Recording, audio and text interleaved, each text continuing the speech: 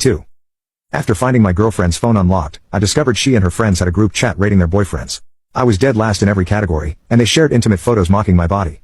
When I confronted her, she just laughed and said, "You should be grateful I even touch you." I didn't respond. 3 weeks later, she showed up at my door. "Please, babe, I'm begging you." So I planned a controlled demolition instead. For the next week, I was the perfect boyfriend, attentive, thoughtful, normal. Meanwhile, I quietly moved my important documents and irreplaceable items to my office, redirected my mail, prepared a new place to stay temporarily.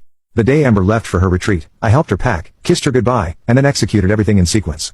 First, I moved out what mattered to me, about 20% of the condo's contents. The rest, the furniture we picked together, the art, the kitchen gadgets she loved, I left untouched. Material things can be replaced. My self-respect couldn't. Then I had the locks changed, the security system recoded and her key fob deactivated. Legally sound since the property was solely in my name and she had no rental agreement or equity claim. Next came the digital separation. I didn't just block her. That would be too obvious. Instead, I set up forwarding rules and filters. Her messages would appear delivered, but would actually go to a separate folder. I'd never have to see her calls would ring but go straight to voicemail. To her, it would seem like I was just ignoring her. In reality, I would never even know she was trying to reach me. The third step was the social firewall. I didn't blast her publicly. That's amateur hour. Instead, I sent individual messages to 10 mutual friends I actually cared about, included screenshots of what she'd said about me, about them. Oh yes, her friends rated them too, and about their partners. No commentary needed, just evidence. For my business contacts, I sent brief professional notes explaining that Amber and I had parted ways and to direct any communications to my official channels only. Then I checked into a high-end hotel across town, ordered room service, and slept better than I had in months. Amber's retreat ended early on the third day. I know because the security cameras I'd installed at the condo, which she never knew about, sent me alerts when she tried to enter. I watched remotely as she discovered her key didn't work, her code was rejected and her increasing panic as she realized what was happening.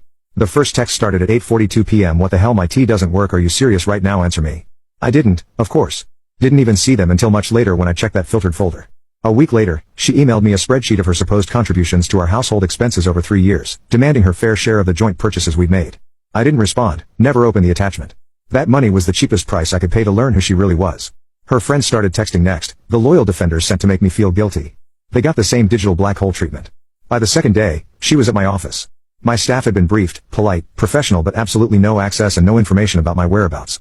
The security footage showed her screaming at my assistant, demanding to know where I was. My assistant Kate handled it beautifully, calm, emotionless and with security on speed dial. By the end of the first week, the social implosion was complete. Those screenshots had worked their way through our social circle. Amber's friends had turned on each other, realizing they'd all been subjects of mockery too. Their little ratings club had become mutually assured destruction.